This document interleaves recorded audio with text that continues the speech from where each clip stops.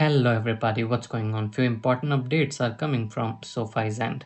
If you have been following the fintech space or holding on to SOFI technologies in your portfolio, you know that the stock has been on a roller coaster. But today we need to talk about a major institutional signal that just hit the regulatory wires. According to 13F new filing with SEC, Osmosis Investment Management UK Limited just initiated a brand new position in SoFi, buying 45,400 shares valued roughly at 814,000 in Q2. Now, on the surface, 814,000 might sound like just another institutional purchase, but when you look at who else is buying, what the broader market is doing, and how SoFi underlying fundamentals are performing, this filling is just one piece of a much bigger, highly bullish puzzle. That is the reason today we are breaking down why institutional money is quietly accumulating SoFi, analyzing their massive Q2 earning beat, addressing the recent Wall Street price target updates, and explaining why SoFi stock is laying the groundwork for a massive long-term rally. So let's start by contextualizing the Osmosis UK filling. Osmosis isn't the only institutional player making moves. When you dig into the Q2 13F update, a clear trend emerges. Smart money is accumulating. LM Advisory LLC established a new position valued at over 1.81 million. Then we have got Bank of Nova Scotics, who bought a new stake worth 1.30 millions. Daiichi Life Insurance, 783,000 worth of shares. And Commerzbank added a fresh $225,000 stake. When you aggregate these institutional inflows, total institutional and hedge fund ownership in SoFi has climbed up to 38.43%. So, why does this matter? Retail investors often get caught up in daily price fluctuation and temporary market noise. Institutions, however, play the long game. They don't drop millions of dollars into a high beta growth stock unless their proprietary model signal that the risk to reward is heavily skewed to upside. The fact that global institutional asset management from UK fund houses to major Canadian and Japanese banks are opening fresh positions tells us that smart money viewed current valuation level as an attractive accumulation zone. Now, institution buying is great, but big funds can be wrong if the company's financial don't support the move.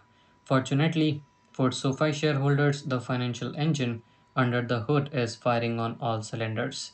So let's review the Q2 earning data that dropped on 29th June. SoFi reported earning per share of 0.12, beating consensus Wall Street estimate of $0.1. Top line revenue came in at incredible 1.21 billion for the quarter, blowing past the consensus estimate of 1.1 billion. Year-over-year revenue surged by 42.5% compared to the same quarter last year. Their net margin expanded to 14.78%. Return on equity ROE reached to 6.2%. Remember, the narrative around SoFi just 2 years ago, bears kept insisting that SoFi was just a glorified, unprofitable student lender that would collapse under the weight of high interest rates. Fast forward today, SoFi is a fully diversified digital banking power platform with a GAAP profitable business model, accelerating top line revenue, expanding software margins, and a balance sheet that completely refutes the bear case. Management set full year EPS guidance at 0.60 per share, while the sell side consensus is leaning even higher at 0.61. For a company growing revenue above 40% annually while expanding profitability, a P ratio around 38x is starting to look remarkably cheap when adjusted for growth. Naturally, anytime you look at SEC filling, you will see insider trading transactions, Over the last 90 days, SEC filling shows that corporate insiders sold approximately 136,000 shares worth of 2.42 millions. If you just read a headline, insider selling might sound concerning, but the context is everything in the stock analysis. CTO Jeremy Russell sold 102,000 shares back on June 17th. However, as explicitly noted in the SEC filing, this transaction was executed under a pre-arranged rule 10b5 trading plan specifically to cover tax without holding obligations associated with the vesting of equity reward. Even after this sell to cover transaction, he directly owns nearly 895,000 shares worth of 16 millions. That is a massive personal position. Then EVP Kelly sold 11,200 shares under a similar 10b5 plan on August 20th, reducing her shareholding by modest 3%, leaving with 356,000 shares, roughly 6.4 million. Overall, corporate insiders still retain a 2.50 equity stake in the firm. These sales are non-dictionary automated tax management moves, not executed dumping shares because they doubt the company future. So, where does Wall Street stand on the stock right now? Analyst sentiment remain divided, which actually creates an incredible opportunity for forward-looking investors. Currently, MarketBeat tracks 21 Wall Street analysts covering SoFi. 8 has rated buy overweight rating, 10 hold rating, 3 sell rating. The consensus rating sits at hold. But here is where it gets interesting. The average Wall Street price is $22.42, with share trading around 18.24 comfortably above its 50-day moving average 17.75 and 200-day moving day average 17.59. That consensus price target of 22.42 represent roughly 23% upside from current levels. Furthermore, major Wall Street institutions have been quietly raising their targets.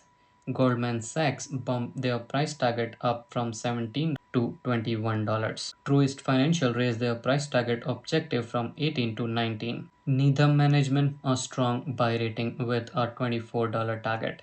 Then Stephens carries an overweight rating of 25 target.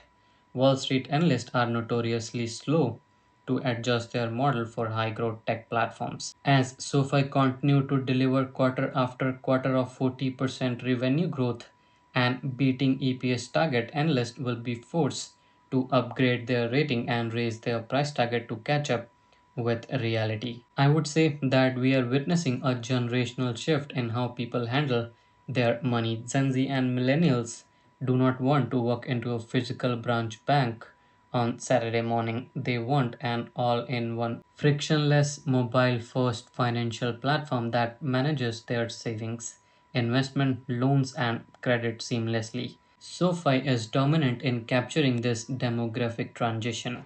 When you combine accelerating institutional accumulation from international asset managers, blowout earning results with 42.5% year over year top line revenue growth, consistently beating EPS estimate, delivering sustainable gap profitability, and analyst consensus price target representing over 20% upside from here, and a massive structural technology advantage over traditional legacy banks. The picture becomes crystal clear. SoFi isn't just surviving the modern financial landscape, it is actively reshaping it. Smart institutional money is planting flags in SoFi today because they see where this company will be 3, 5, and 10 years down the line. If you are a long term investor looking for a high quality profitable growth in fintech sector, SoFi technology remains one of the most compelling risk to reward opportunities in the market today. So prepare now. With that said, thank you so much for being here. See you next one.